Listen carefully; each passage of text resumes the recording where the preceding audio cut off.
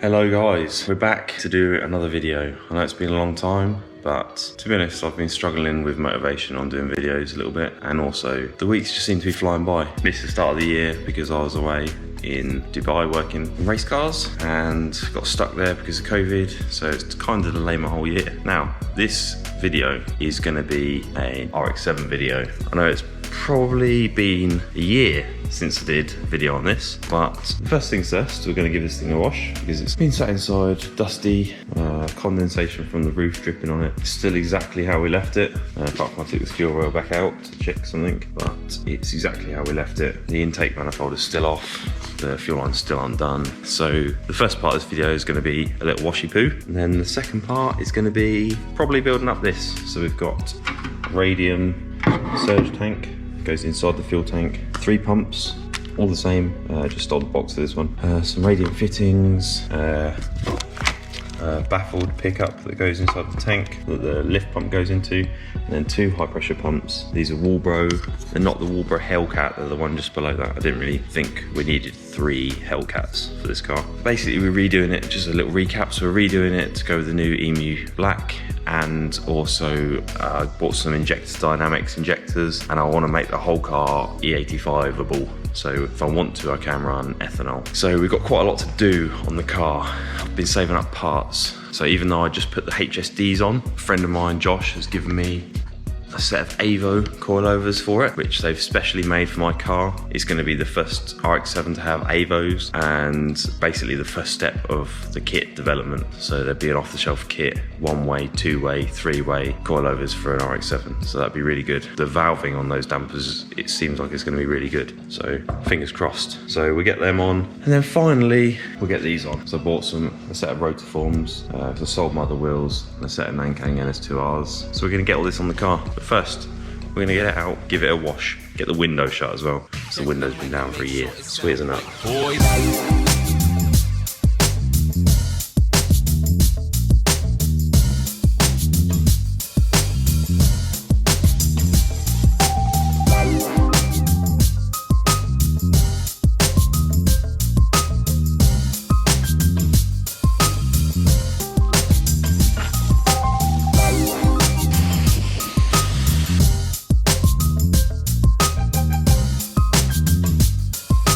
That's the 27-year-old baby, washed and dried. Paintwork's still looking pretty good. I think it was about 5 years ago I had it painted in the standard colour. Look at this guy. Quite large.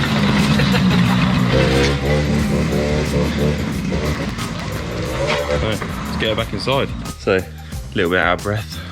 Push the car back in, helped my brother-in-law Michael. It's a bit unfair really. Hasn't been used for a year, maybe 2 years. Just had a bit of a treatment, had a bit of a wash. These poor guys, who I haven't actually introduced to my channel, they're probably a bit jealous. Absolutely filthy. Being used every day at the moment.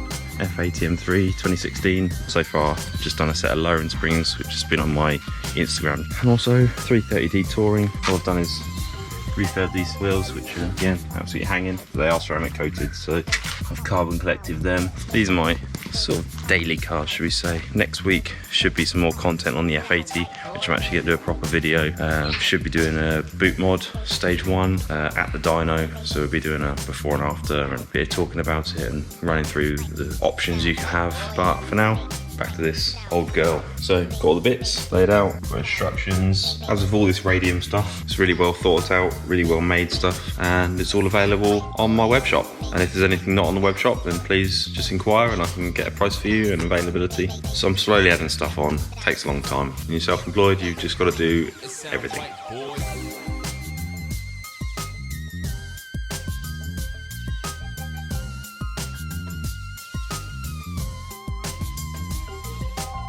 Right, in here we've got our 2 pumps. Somebody ran 2, obviously got space for 3. We need to take this off, block off inside with this little bad boy.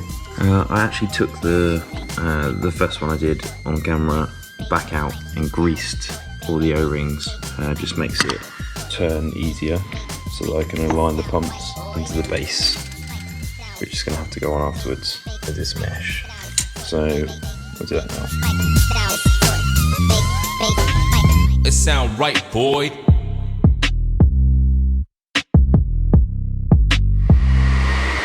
Firstly, sorry about the noise. Got my brother-in-law washing his car outside. So the instructions actually messed me up a bit there. It told me that I had to split this, which is what I did, and install the bung from the top. But when I split this, as you saw, the bung wouldn't go in from the top, so the bung actually goes in from the bottom. So the instructions are a little bit different to what it says. But you live and learn. Had a little look in there anyway, and I made sure they're all tight. So I've done them all tight. You've got to remember that this is, anything that comes loose in this is going to stop you having fuel pressure. So yeah, at least I've checked it's tight, and we'll crack on.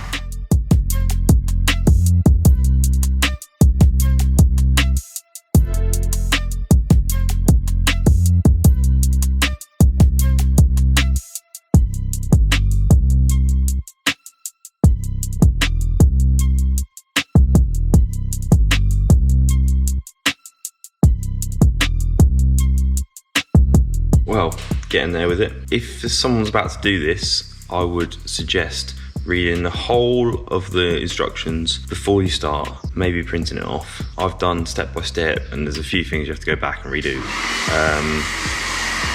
But yeah, we're all together. Got to remember to lock tight these and lock tight this bolt in the middle. Because I've only got 2 pumps, you can't do this bolt up too tight. It flexes these support brackets, but the support brackets hold it as well as that big bolt in the middle. This is greased and tight. These are tight on my spanner. So the next thing is getting all of this back onto here, connecting up some pumps, then it's ready to go in the car.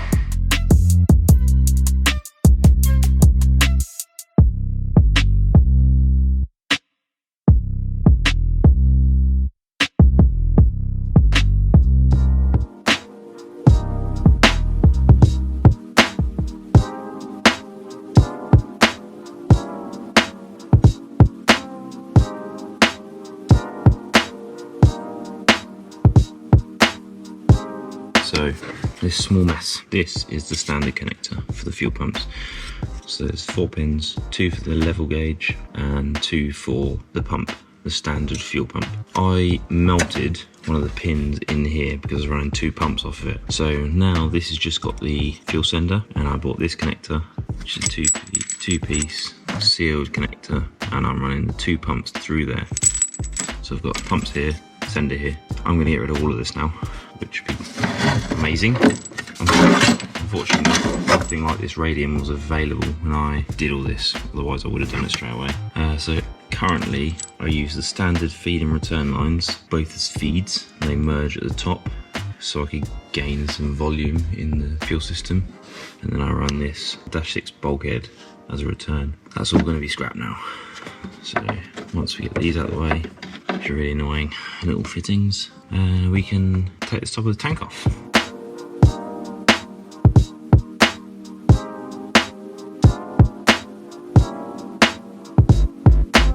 So this is the old setup, 2 AEM pumps, cable tied onto the standard bracket. This is the new one. At the moment we do have a aluminium baffle in here, which the sender's bolted to, so I need to take that out as well. So the fuel in here looks pretty good. I was going to pump it out, but I've used a magnet to fish around and there's no metal in here. The fuel is a year old, but I'm going to use it to clean the lines out once the lines are all made. So I'll pump it out that way before I connect the injectors and use it as a flush before I put new fuel in. So we'll leave that in for now and start putting it back together.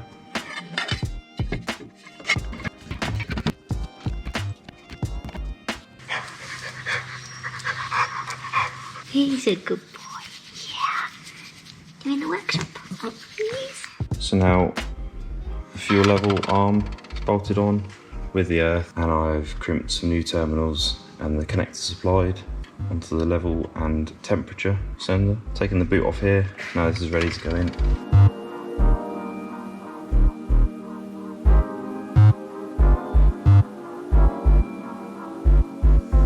Let's do a little outro.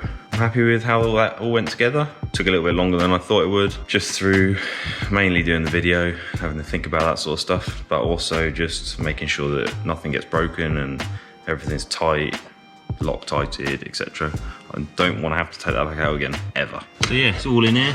Next time I'm going to wire up pump 1 and lift pump, which are the wires that go to this currently. I need to put some sort of inline connector in there so it's removable so I can just take the lid off and unplug it. I need to add another relay. So the 2 relays that are just around here. There'll be lift pump and pump 1. High pressure pump 2 will be switched through the ECU, so it's only comes on when it's on boost, so there's not loads of fuel circulating all the time. 2 wires here, which need to be for the sender and the temp. They'll be on something like a DTM. I've got this big power wire here that comes to a junction block up here, which then powers the relays. I want to try and make that disconnectable as well, so I can actually remove this plate. Hopefully I never have to, but I'm going to try and do things right this time around with this car.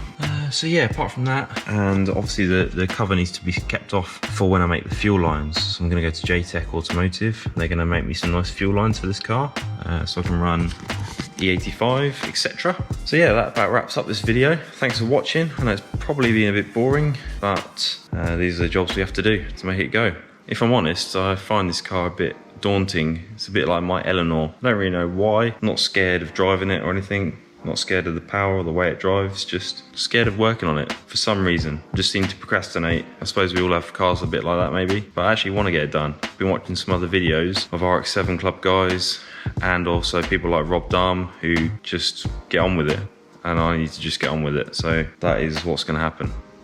Maybe. So next time we'll be doing a bit more wiring, fitting these coilovers. Got a diffuser that I need to fit, and then we're going to go and get these lines done. We're going to smash this out. We're going to get it done. So thanks for watching. Please like, share, subscribe, all that jazz, and go and buy yourself a Mazda. It'll make you happy.